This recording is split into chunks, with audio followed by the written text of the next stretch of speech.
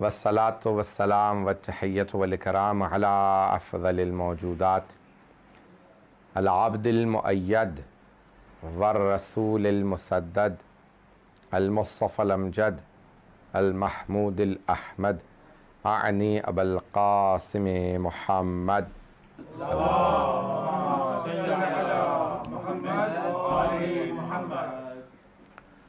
व अला रूहिही व नफ्सिही व सहरिही व वसिय्यिही सय्यदिल अत्क़ियाए वल अस्फ़िया मौलल मवाली इमामिल मुत्तक़ीन अली इब्न अबी तालिब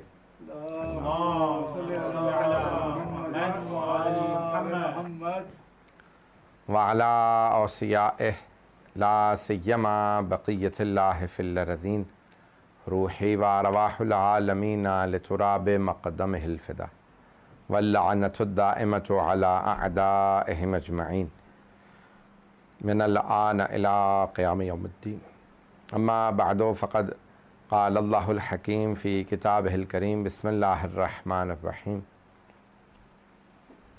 उदऊनी अस्तजिब लकुम सदक़ल्लाहुल अलीयुल अज़ीम। सलवात।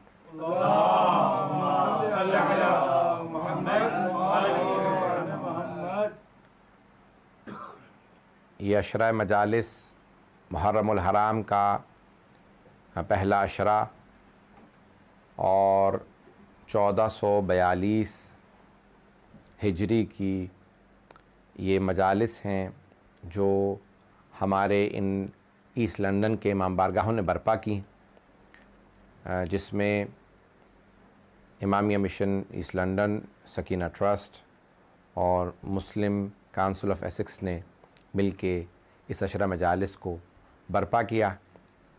पेंडेमिक के हालात हैं, वबा का दौर है और ज़्यादातर शायद मोमिनीन ऑनलाइन ही सुन पाएंगे इस साल मजालिस, और हम इन मजालिस को बर्पा कर रहे हैं ताकि हम अपनी अक़ीदत व मवद्दत का, महब्बत का इज़हार कर सकें जनाब सैयदुश्शुहदा के साथ। और ये अज़ादारी जारी रही है, जारी रहेगी और ना कभी रुकी है ना कभी रुकेगी। जब दरबार यजीद में ना रुक सकी तो आज इस अज़ादारी को कौन रोक सकता है। जिसने इस पे पाबंदी लगाई थी वो ना रोक सका तो यह अज़ादारी रुकने वाली नहीं है। यह अज़ादारी हमेशा बढ़ेगी, और जब सद्दाम जैसे अफराद इस अज़ादारी को ना रोक सके, बगदाद के ऐवानों में न रुक सकी, यजीद के दरबार में न रुक सकी, तो आज कैसे रुक सकती है। चाहे वबा हो, चाहे कुछ हो, हालात ख़राब होंगे, लेकिन इन हालात जो ख़राब भी हैं तब भी घर घर में मजलिस बर्पा हो रही है और हर घर में आज मजलिस मौजूद है। बल्कि मैं समझता हूँ कि जनाब ज़ैनब कुबरा की दुआ पूरी हो गई कि घर घर में मेरे भाई की मजलिस होगी, और आज घर घर में भाई इमाम जनाब ज़ैनब कुबरा के भाई की मजलिस मौजूद है। और अज़ादारी की मुखालफत करने वालों को हम बताते चलें कि जो भी अज़ादारी की मुखालफत करते हैं, याद रखें कि अज़ादारी की मुखालफत करने वाला हवाओं में फट के बिखर जाता है। यह अज़ादारी रुकती नहीं है। आज दुनिया गवाह है कि जितने भी लोगों ने अज़ादारी की मुखालफत की वो ख़त्म हो गए, अज़ादारी बाकी है, क्योंकि ये अज़ादारी जनाब सैयदुश्शुहदा से अल्लाह सुब्हानहू व तआला का वादा है कि हुसैन आपका नाम बुलंद रहेगा, जो भी अल्लाह की खातिर क़ुरबानी देता है। तो मैंने जो मौजू लिया अशरे का, आपने आज से अंदाज़ा लगा लिया होगा कि मैं इस अशरे को दुआ के मौजू पे पेश करना चाहता हूँ। और दुआ एक ऐसा मौजू है कि जिसमें बहुत वुसअत है। मैं इंशाअल्लाह ताला जिस कदर हो सकेगा कोशिश करूँगा कि इस महवर ही के गिर्द मेरा मौजू घूमता रहे। और बहुत से इन इमाम बारगाहों के जो ज़िम्मेदारान हैं, मोमिनीन हैं, बहुत से मौज़ूआत उन्होंने भी दरख्वास्त किए हैं। मैं कोशिश करूँगा कि उन मौज़ूआत को भी अपने मौजू के ज़िम्न में जिस कदर हो सकेगा पेश करूँगा। और मैं बहरहाल आपको दाद तहसीन पेश करता हूँ कि इन हालात में भी आप लोग मजालिस बर्पा कर रहे हैं, और परवरदिगार आप लोगों की तौफ़ीक़ात में इजाफ़ा फ़रमाए कि इन हालात में भी मोमिनीन जो शिरकत कर रहे हैं और जो इन मजालिस को बर्पा कर रहे हैं, ये सिवाय तौफ़ीक़ इलाही के दुआए जनाब सैयदा के और कुछ नहीं।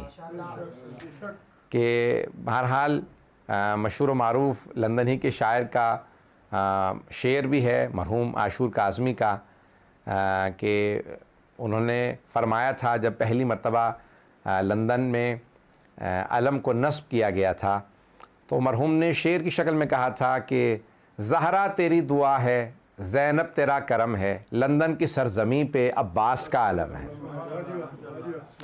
तो ये आज अल्हम्दुलिल्लाह आज़ादारी जारी व सारी है।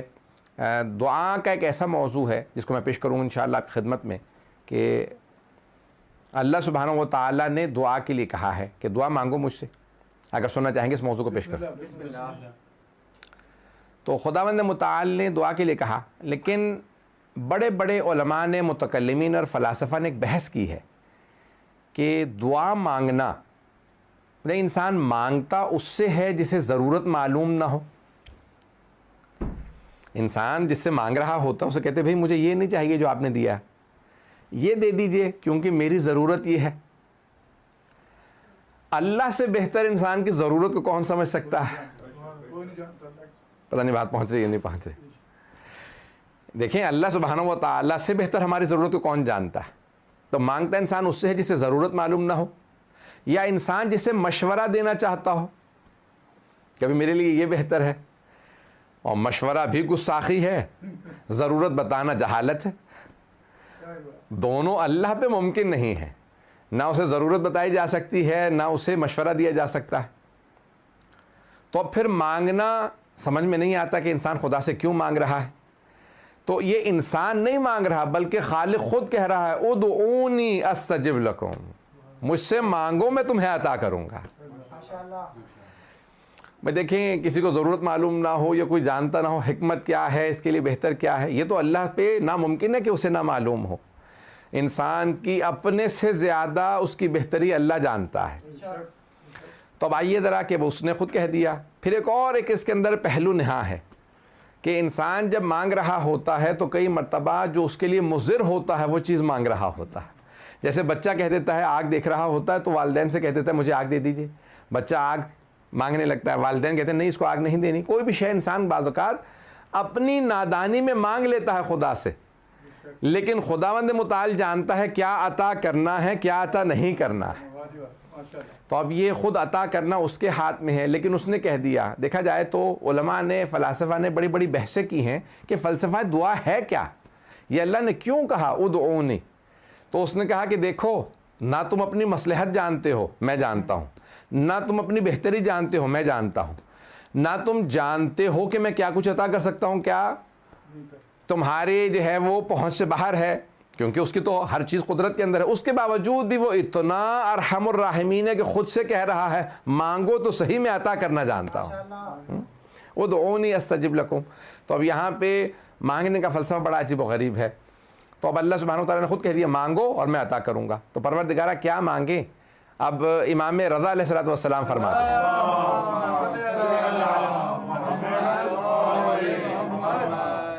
अद्दुआ मुख्खुल इबादा। मुख कहा जाता है मग़ज़ को, दिमाग को। तो इमाम फरमाते हैं अद्दुआ मुख्खुल इबादा, इबादतों के मग़ज़ का नाम दुआ है।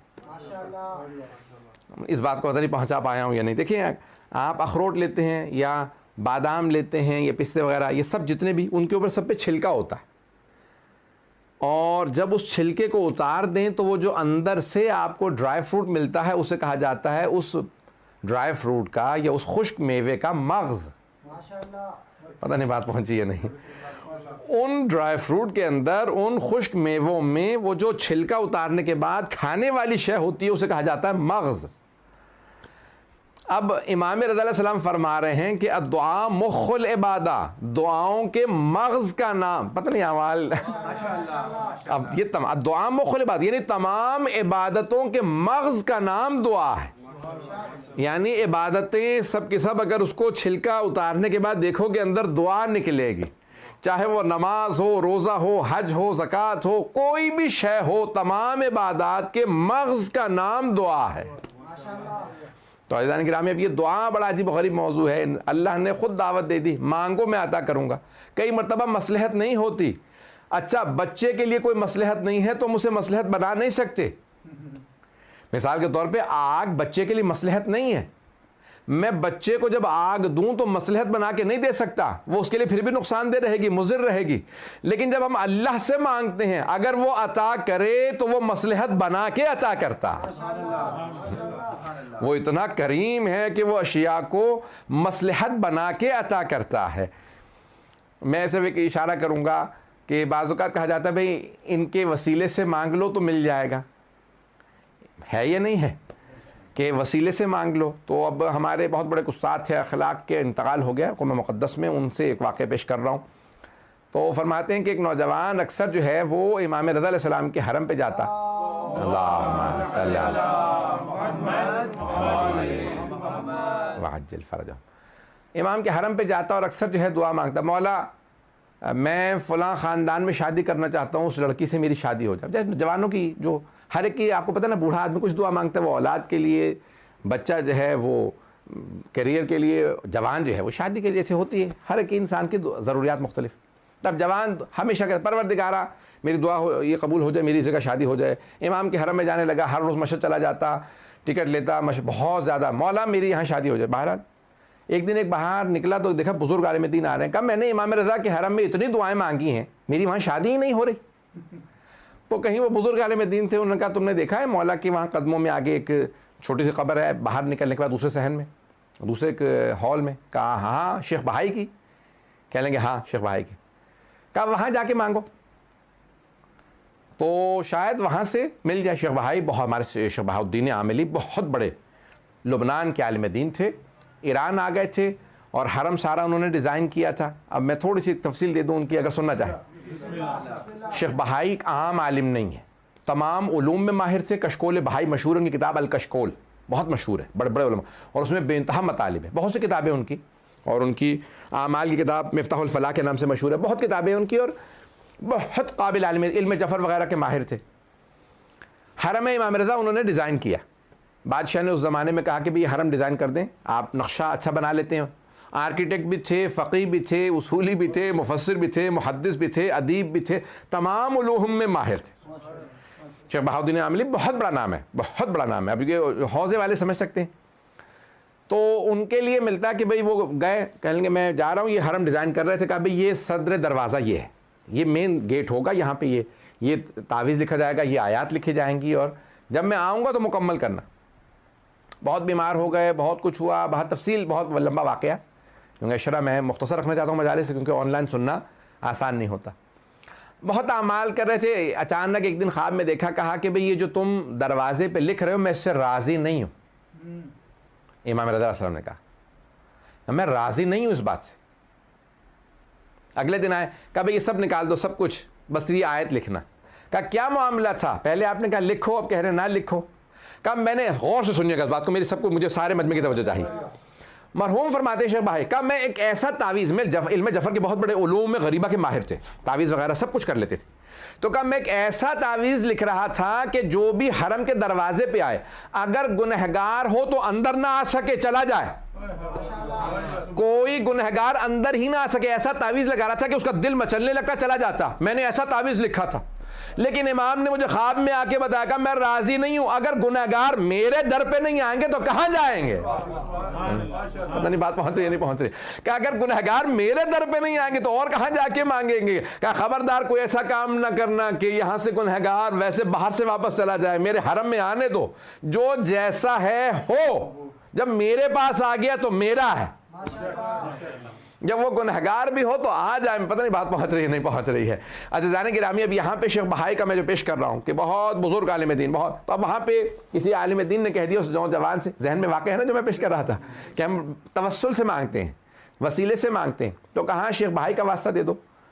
तो कहीं गया, कहा कि भाई मुझे बड़े बड़े उलमा ने आपका बहुत मकाम बताया है कि आप बहुत पहुँचे हुए थे, मेरी फ़लाँ जगह शादी नहीं हो रही है, मेरा बस रिश्ता हो जाए किसी भी तरह से। वहाँ कभी आप सिफारिश कर दें अल्लाह सुब्हानहू व तआला से कहीं, मेरी वाक़या रिश्ता हो गया, बहुत खुश कि मेरा रिश्ता हो गया। अचानक एक दिन आया, लड़ाई शुरू हुई, ये हुआ वो हुआ, और ख़त्म हो गया रिश्ता। और कुछ ऐसे मसाइल हुए कि वो अखलाकन में पेश नहीं करना चाहता, कि वो तलाक हो गई।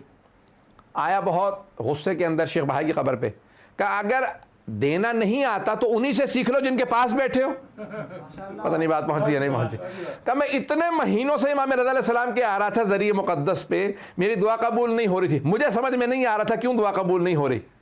पता नहीं लोग हैं या नहीं। अज़ीज़ान गिरामी, अता करने वाली हस्ती को मालूम है क्या अता करना है, क्या अता नहीं करना। तो अल्लाह बाज़ औक़ात हम लोग बहुत ज़्यादा मौलाना कोई ऐसा वजीफ़ा बता दें, कोई ऐसी दुआ बता दें, कोई ऐसी आयत बता दें, कोई तस्बीह बता दें कि जैसे भी हो दुआ कबूल हो जाए। भाई जब आप बहुत ज़्यादा दुआ मांग रहे हैं, हम अमाल बता देते हैं, लेकिन मसलहत को अल्लाह ही बेहतर जानता है। इसलिए इंसान जो है वो बस कोशिश करता रहे और वो दुआएं जो कबूल नहीं होती उनसे भी परेशान ना हो। अल्लाह सुब्हानहू व तआला उन दुआओं का भी एक ख़ास नतीजा रखता है, एक ख़ास सवाब रखता है जो इंसान नहीं समझ सकता। आज दो पहलू और पेश करूँगा इससे पहले कि मैं आज की मजलिस को तमाम करूँ, अगर सुनना चाहेंगे तो दो पहलू और पेश करना चाहता हूँ आज की इस मजलिस के हवाले से। तो एक है कि इंसान जो है बाज़ औक़ात समझ नहीं पाता मेरी दुआ कबूल क्यों नहीं हो रही, और ये इंसान और इमाम ज़ाहिरन इमाम ज़ैनुल आबिदीन अलैहिस्सलातु वस्सलाम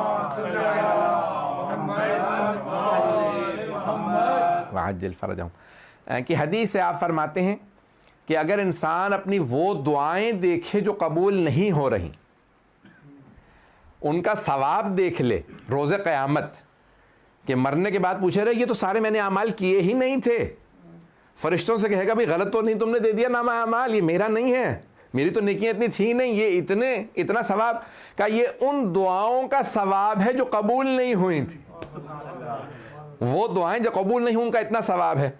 तो इमाम फरमाते हैं कि रोज़े क़यामत बहुत से लोग अपनी दुआओं के सवाब को, दुआएं जो कबूल नहीं हुई उनके सवाब को देखने के बाद एक मरतबा कहेंगे परवरदिगारा तू कोई दुआ कबूल ना करता, कोई दुआ कबूल ना करता, वो हमारे लिए बेहतर होता ताकि हमें इतना अजर सवाब मिल जाता। परवरदिगारा तूने वो जो दुआएं कबूल नहीं होती उनमें इतना अजर सवाब रखा है कि इतना अजर सवाब है वो जो दुआएं कबूल नहीं होती। हम परेशान हो जाते हैं दुआ कबूल नहीं हो रही, कई मरतबा उसकी मुख्तलिफ मसलहतें होती हैं। मैं आज जो पेश कर रहा था एक पहलू ये मुकम्मल कर दूँ आज ताकि फिर मुझे आइंदा आसान हो जाएगा।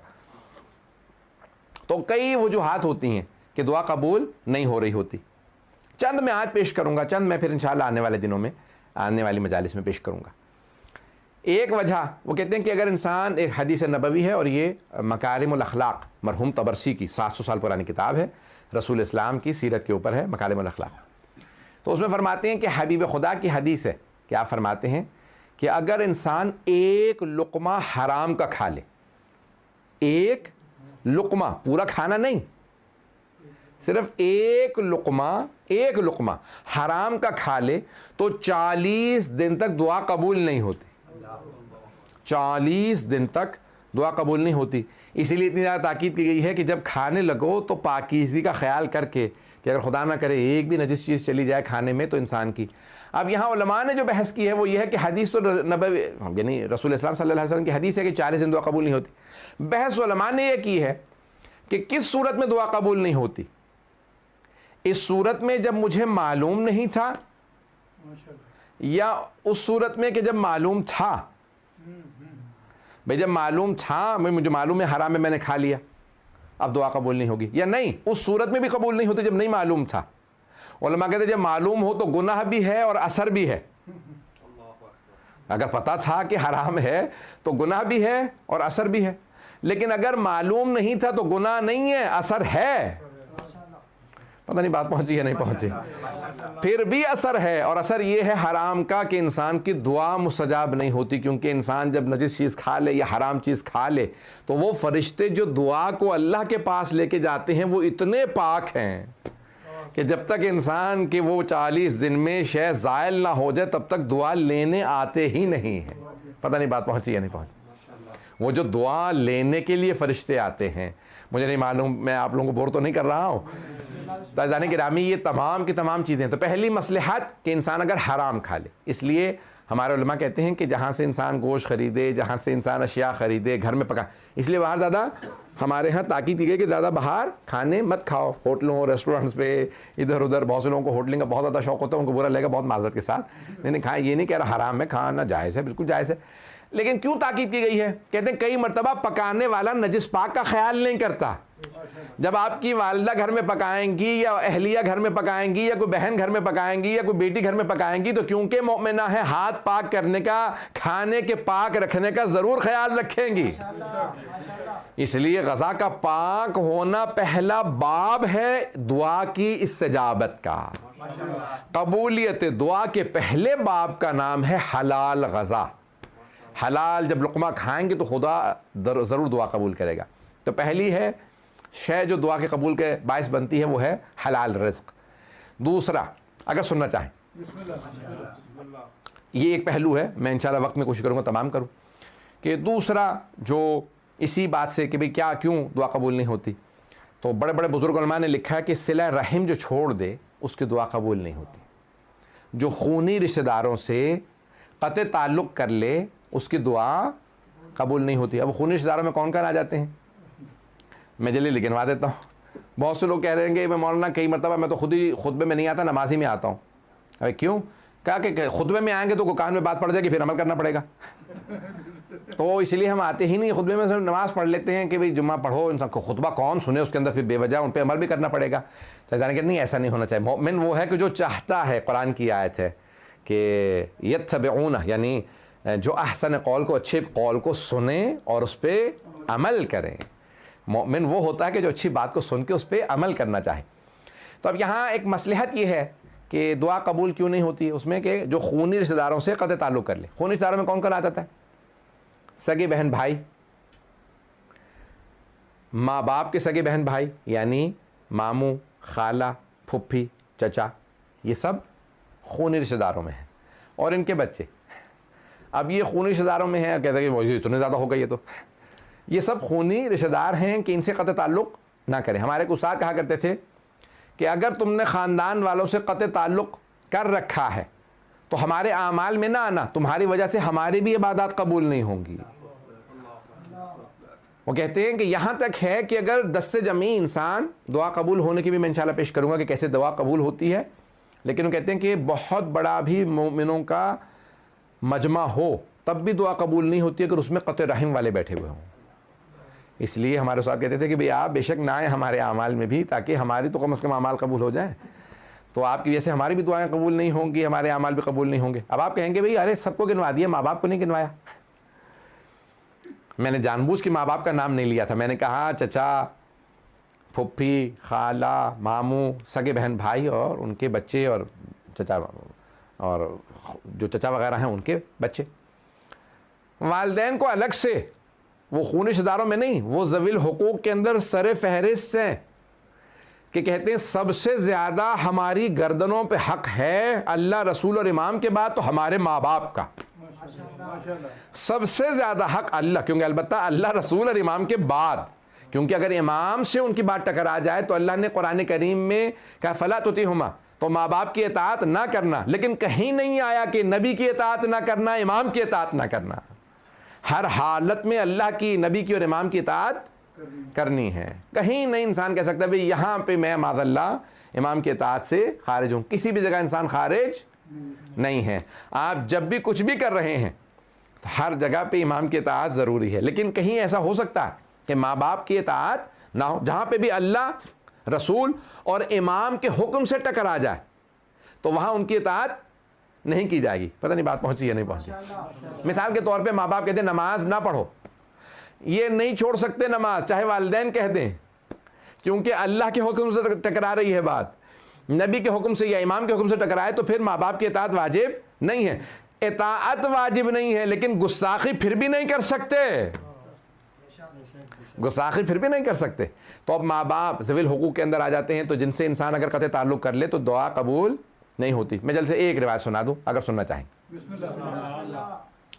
मौजू मेरा यही रहेगा, मैंने ले लिया, तो अब ये मजाले जो हैं आप 10 दिन बर्दाश्त कीजिएगा।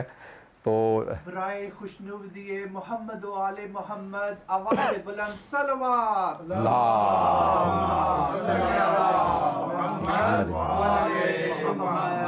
वाजिल फरजहुम। एक रिवायत पेश करना चाहता हूँ, क्योंकि मैंने माँ बाप के मुताल्लिक़ कहा। शेख अब्बास क़ुमी ने इसको मनाज़िलुल आखिरा, उनकी किताब है, वहाँ दर्ज फरमाया फरमाते हैं कि सहाबा आए, कहा या रसूलल्लाह आपके एक जवान सहाबी, जवान कुछ ने कहा जो अंडर 30 हो उसे जवान कहा जाता है, कुछ ने कहा नहीं अंडर 40 को भी जवान ही कहते हैं। बहरहाल क्योंकि जवान 40 के बाद फिर इंसान पुख्ता हो जाता है, तो बहरहाल मैं उससे बहस नहीं कर रहा, कोई ये बहस ना करे मैं अभी जवान हूँ, आपने कैसे कह दी 40 से पहले, ये क्या, ये 40 के बाद वाला जवान नहीं, जवान सभी हैं इंशाल्लाह, जब तक कि अल्लाह ने तो असहाब कहफ को भी कहा फिचिया इन्नहुम फिचिया, वो जवान थे जबकि बूढ़े थे, सबने लिखा बूढ़े थे। अगर इंसान के अंदर ईमान है तो बूढ़ा भी जवान है। हजरत हबीब इब्न मुज़ाहिर 80-90 बरस के हैं लेकिन फिर भी जवान हैं, और अगर कोई जवान हो और बेईमान हो फिर भी बूढ़ा है, तो इसलिए ईमान शर्त है। तो अब बहरहाल कहा जवान साहबी लेकिन बज़ाहिर जवान थे, यानी 30 के आसपास। क्या या रसूलल्लाह वो इंतकाल कर रहे हैं या उनकी रूह नहीं निकल रही, रिवायत बड़ी सख्त है, का वो जानकनी की हालत में है, यानी सकरात मौत का, अरबी में कहते हैं सकरात मौत, लेकिन रूह नहीं निकल रही। तो हबीब खुदा तशरीफ़ लाए, खुद उसकी बालीन पे घर आए, कभी चलो मेरे साथ चलो चलते हैं, घर गए, इजाज़त ली घर में अंदर आ सकते, हाँ या रसूलल्लाह आप तशरीफ़ लाइए। देखा तो उस जवान के साथ एक बूढ़ी खातून खड़ी, पैगंबर बैठे और उस जवान से कहने लगे कहो ला इलाहा इल्लल्लाह। जवान ने कोशिश की, ला इलाहा इल्लल्लाह कहा नहीं गया। कौन? हबीब खुदा खुद उसके बिस्तर मर्ग पे आए और वहां पे आने के बाद कहते कहो ला इलाहा इल्लल्लाह। दोबारा पैगंबर ने दोहराया, कहो ला इलाहा इल्लल्लाह, कहा नहीं जा रहा। तीसरी बार आपने फरमाया कहो ला इलाहा इल्लल्लाह। तो कोशिश कर रहा था लेकिन पूरा बदन उसका जैसे बहुत कमज़ोर, नहीं, उससे बोला नहीं जा रहा। तो पैगंबर ने फ़ौरन सवाल किया, कहा क्या इसकी माँ जिंदा है? ये सबको सबक दे रहे हैं। कहा क्या इसकी माँ जिंदा है? उस खातून ने, बूढ़ी खातून ने कहा हाँ मैं इसकी माँ हूँ। कहा क्या आप नाराज़ हैं इससे? कहा हाँ मैं नाराज़ हूँ। कहा 5 साल हो गए मेरी इसकी बोलचाल बंद है, ना ये मुझे सलाम करता है ना मैं इससे मिलने आती हूँ, अभी मुझे पता चला मर रहा है तो मैं आ गई। 5 साल से माँ बेटे की बोलचाल बंद थी। तो जनाबे रिसालत महब सल्लल्लाहु अलैहि वसल्लम ने फरमाया,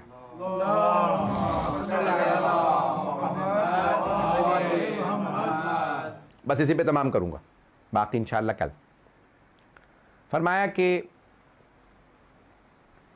क्योंकि आप माँ से कह रहे हैं रसूल खुदा, और कौन मौजूद है ला इलाहा इल्लल्लाह पढ़ाने के लिए? खुद रसूल खुदा।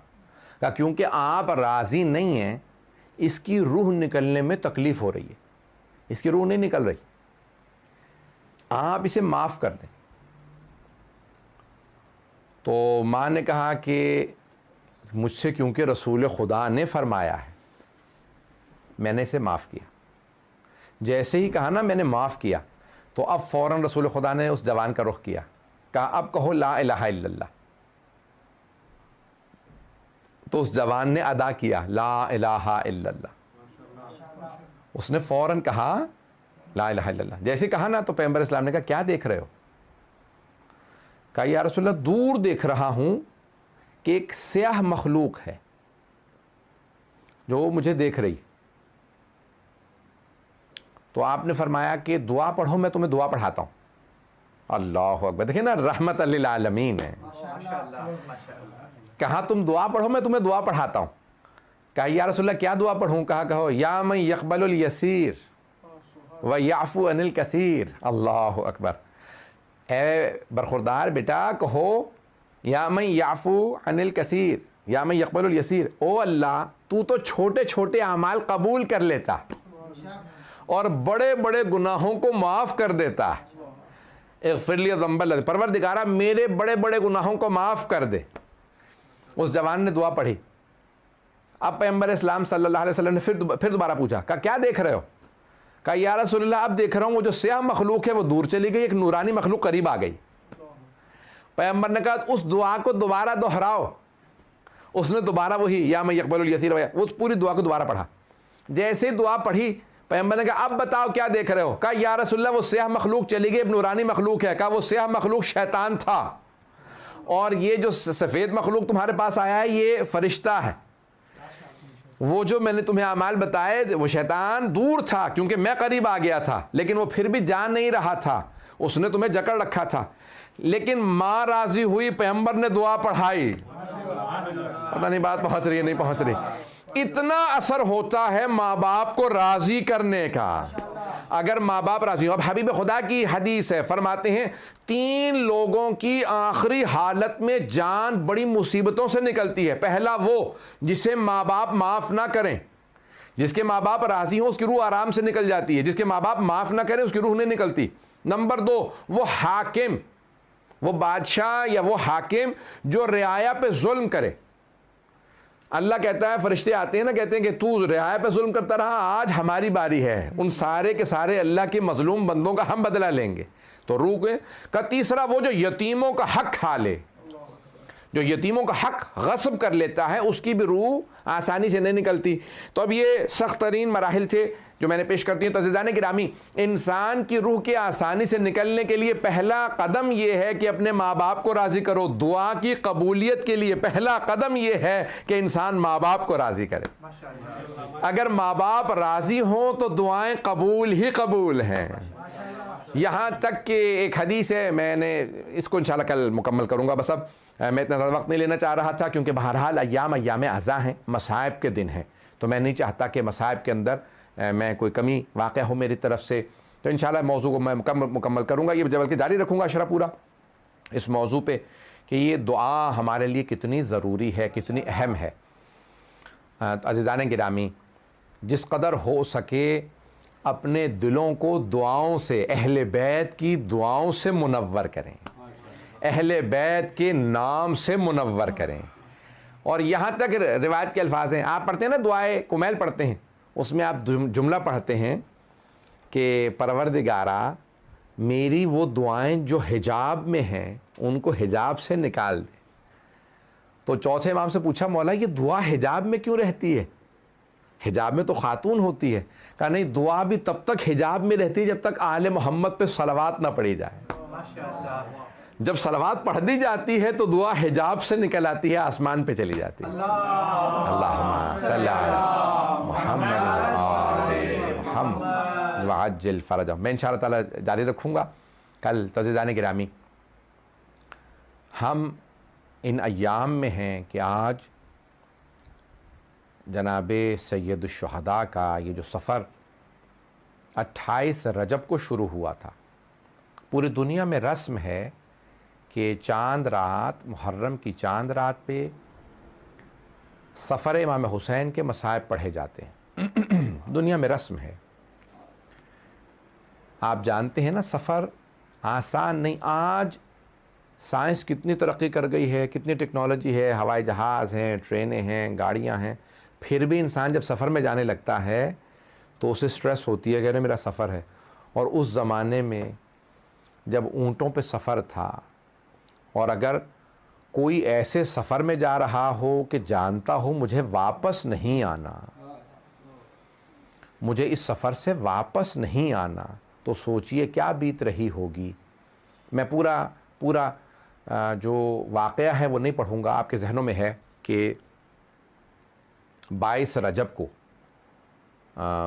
यजीद ने अपने बाप के मरने पे, 22 रजब को बाप मरा उसका, उसने ख़त लिखा है इमाम हुसैन को बैअत का। बस ख़त आया मौला हुसैन अलैहिस्सलाम के पास, और आपने ख़त मौला को डायरेक्ट नहीं आया, उसने अपने गवर्नर को भेजा। वलीद और मरवान आपके जहनों में होंगे। तो उन दोनों मलऊनों ने मौला को बुलाया दरबार में, गवर्नर हाउस में बुलाया मदीने में। जब बुलाया तो मौला हुसैन के पास उस वक्त जनाब ज़ैनब कुबरा मौजूद थी घर में। बीबी जनाब ज़ैनब हर रोज़ मौला हुसैन से मिलने आया करती थी, हर रोज़।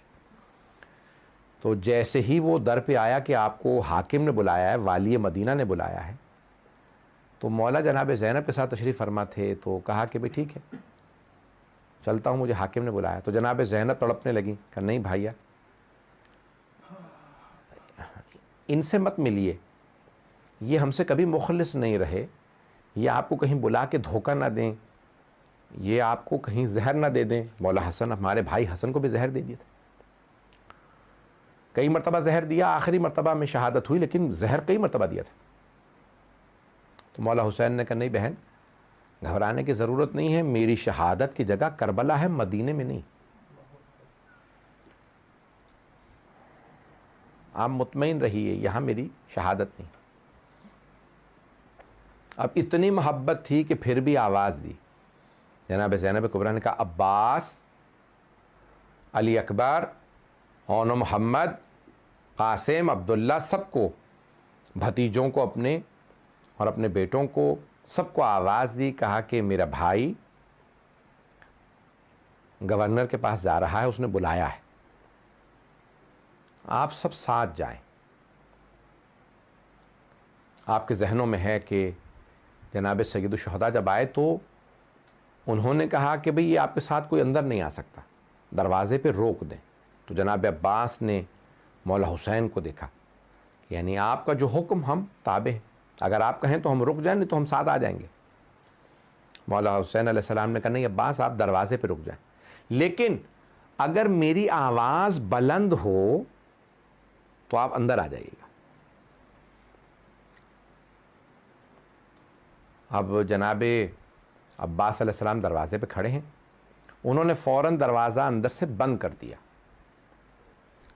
और वलीद जो है उसने वो ज़ाहिरन वज़ू कर रहा था और मरवान ने कहा कि बड़ी बुरी ख़बर आई है शाम से, खलीफा का इंतकाल हो गया और नए खलीफा यजीद इब्न मुआविया हैं और उसने आपसे बैअत मांगी है। यानी उसने अपने अंदाज से कहा।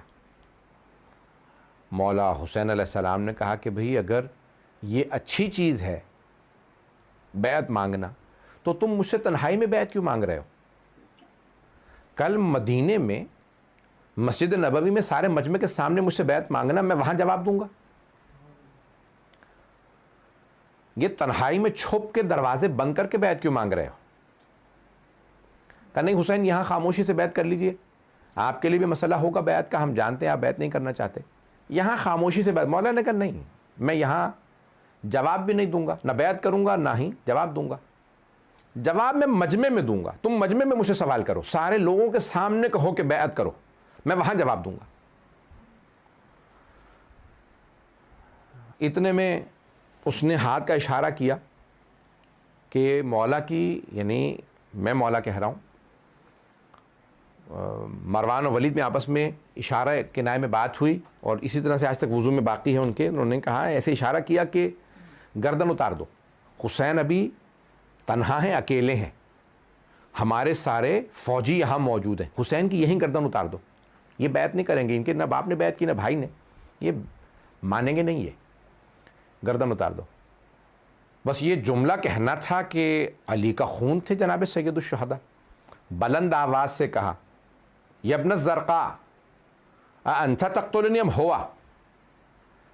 उसको माँ के नाम से बुलाया, कहा कि वो नीली आंखों वाली के बेटे, क्या तू मेरा कत्ल करेगा या ये मेरा कत्ल करेगा? बस ऊंची आवाज़ से बात की कि तुम मुझे धमका रहे हो, ये मेरे नाना का शहर है। बस जैसे ऊंची आवाज़ से बात करना थी, जनाब अब्बास को आवाज़ महसूस हुई कि जनाब सैयद शुहदा ऊंची आवाज़ से बात कर रहे हैं, तो आपने दरवाज़ा खोलना चाहा, देखा दरवाज़ा अंदर से बंद है। गवर्नर हाउस के आप जानते हैं दरवाजे बड़े बड़े, उस ज़माने में बड़े बड़े दरवाजे थे, दरवाज़ा बंद था। जनाब अब्बास ने तलवार को खींचा और अपने कांधे से पूरी ज़ोर से ताकत से आपने दरवाजे को धकेला। दूसरी दफ़ा जो आपने दरवाजे को अपना कांधा मारा, दरवाज़ा गिर गया। जनाब अब्बास ने बाकायदा लात मारी, दरवाज़ा गिराते हुए फ़ौरन तेज़ी से अंदर आए, तलवारें खींची और जनाब सैयद शुहदा से कहा, मौला हुक्म क्या है आपका, इनमें से किसी गर्दन उतारनी है? तो जनाब सैयद शुहदा ने कांधे पे हाथ रखा, कहा कि भैया अब्बास मेरे भाई, ये नाना का शहर मदीना है, हम यहाँ खून नहीं बहाना चाहते, तलवारें वापस रख लीजिए। रिवायत के अल्फाज हैं, 18 जवानाने बनी हाशिम मौला के साथ थे। दरबार में बस आवाज़ बुलंद हुई जनाब सैयद शुहदा की, सब ने तलवारें खींच ली। कहा कि मौला हम आपके हुक्म से इन सब के सर कलम कर देंगे। तो जनाब सैयद शुहदा ने कहा, नहीं अब्बास, तलवारें न्याम में रख लो, नाना का शहर मदीना है। लेकिन मैं एक जुमला कहूँगा, मौला आज रजब के महीने में 60 हिजरी में आपने मदीने में सिर्फ आवाज़ बुलंद की थी, 18 जवानान ने बनी हाशिम ने तलवारें खींच लीं और कहा कि मौला आप बताइए किसके सर को कलम करना है। लेकिन असर आशूर है, 61 हिजरी है, मैदान करबला है, हुसैन तन्हा खड़े हैं और चीख चीख के कह रहे हैं या अब्बास या अली अकबर या कासिम या हबीब, बार बार बुलंद आवाज से कहते हैं ए मेरे जवानों, मैंने तुम सबको घोड़ों पे सवार कराया था, आज मुझे कोई घोड़े पे सवार कराने वाला नहीं है।